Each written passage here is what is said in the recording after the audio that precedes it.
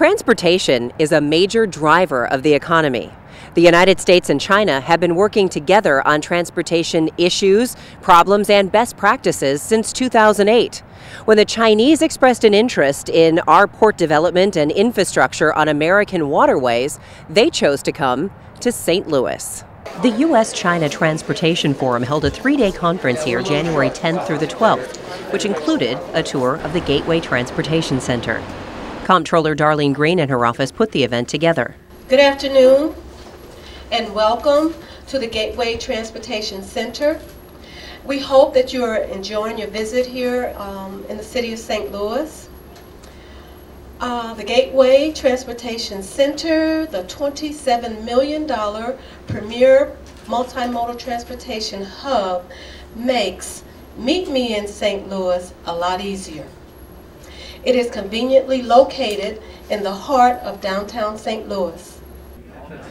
The Deputy Secretary of the U.S. Department of Transportation, John Picari, told the group that rail is a priority in this country. In less than 40 years, the United States will have 100 million additional citizens. It's the equivalent of adding another California and Texas and Florida and New York to our population.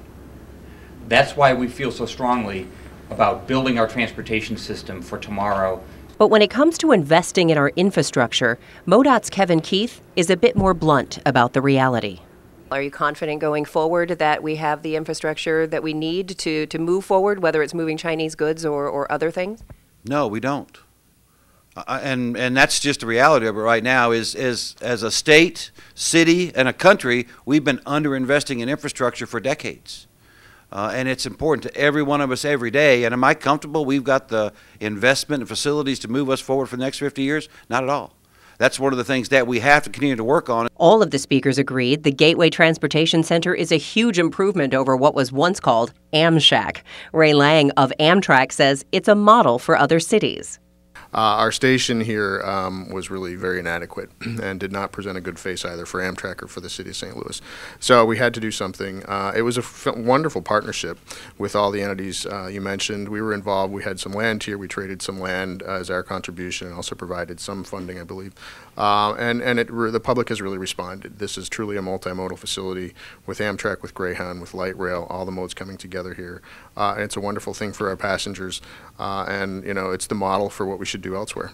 The center combines Amtrak, Greyhound bus, and Metro bus and train services. But there's more excitement to come, says Ray Lang. Where you're standing right now in this station is the proposed endpoint of the Chicago-St. Louis high-speed rail corridor. Amtrak runs 5 trains every day between Chicago and Detroit. It is between Chicago and St. Louis. It is a very popular corridor for us. Our plan is to go to 9 round trips a day within the next 5 or 6 years in partnership with the U.S. DOT.